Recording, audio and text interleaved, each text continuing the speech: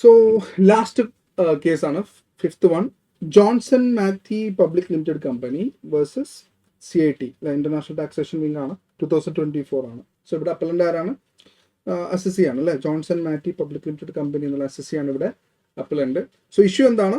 the amount received as guarantee fee by a foreign company from its Indian subsidiary fall within the definition of interest.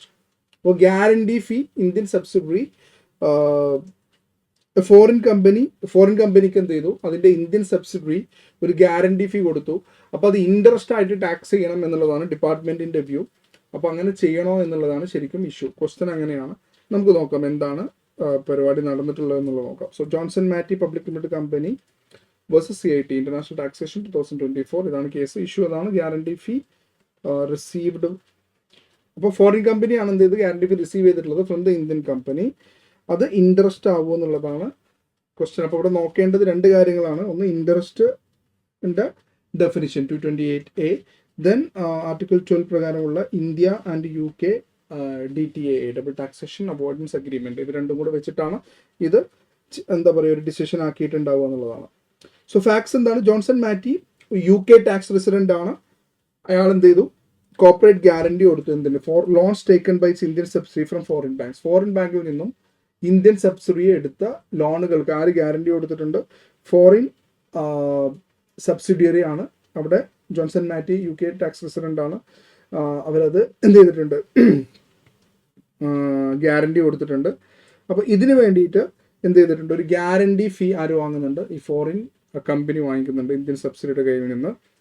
So the question was whether this fee should be treated as interest and therefore subject to Indian taxation under India UK Double Taxation Avoidance Agreement and Indian Income Tax Act. ഇതാണ് question. അപ്പോൾ ഇത് interest ആയിട്ട് foreign കമ്പനിയെ tax ചെയ്യണോ എന്നുള്ളതാണ് ശരിക്കും ഇവിടുത്തെ ഒരു ക്വസ്റ്റ്യൻ ഉള്ളത്. സോ ലീഗൽ പ്രൊവിഷൻ നോക്കേണ്ടത് സെക്ഷൻ 228AA, അതിൽ ഇൻട്രസ്റ്റ് പറയുന്നത് include payment in respect of money borrowed or debts incurred. Then Article 12(5) of India UK DTAA similarly define interest as income from debt claims. Interest as income from debt claims എന്നുള്ളതാണ്. അപ്പോൾ decision ഇങ്ങനെയായിരുന്നു. High court പറഞ്ഞത്, the High Court held that guarantee fee are not interest. Guarantee fee എന്തല്ല, interest അല്ല.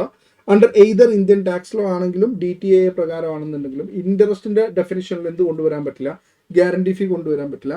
Guarantee provider ഇത് ഈ original ലോണിന് ഒരു പാർട്ടി അല്ല ശരിക്കും. അയാൾ ഗ്യാരണ്ടി പ്രൊവൈഡ് ചെയ്തു എന്നുള്ളേ ഉള്ളൂ, പൈസ കൊടുത്തിട്ടില്ല, ലോൺ കൊടുത്തിട്ടില്ല. The payment is not for money borrowed or ഡെപ്റ്റ് incurred by the recipient of the guarantee fee.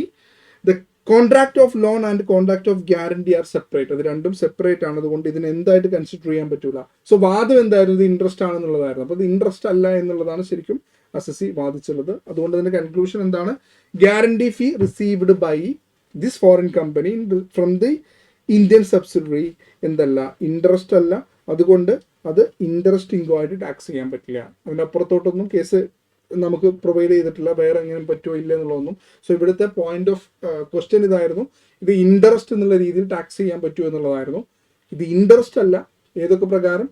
ഇൻട്രസ്റ്റിന്റെ definition 228A പ്രകാരമുള്ള ഇൻട്രസ്റ്റിന്റെ ഡെഫിനിഷൻ പ്രകാരം, അതുപോലെ തന്നെ ഡബിൾ ടാക്സേഷൻ അവോയ്ഡൻസ് അഗ്രിമെന്റിലെ ആർട്ടിക്കിൾ 12 അല്ലെ, ആർട്ടിക്കിൾ 12 പ്രകാരം ഇത് ഇൻട്രസ്റ്റിന്റെ ഡെഫിനിഷനിൽ വരുന്നില്ല.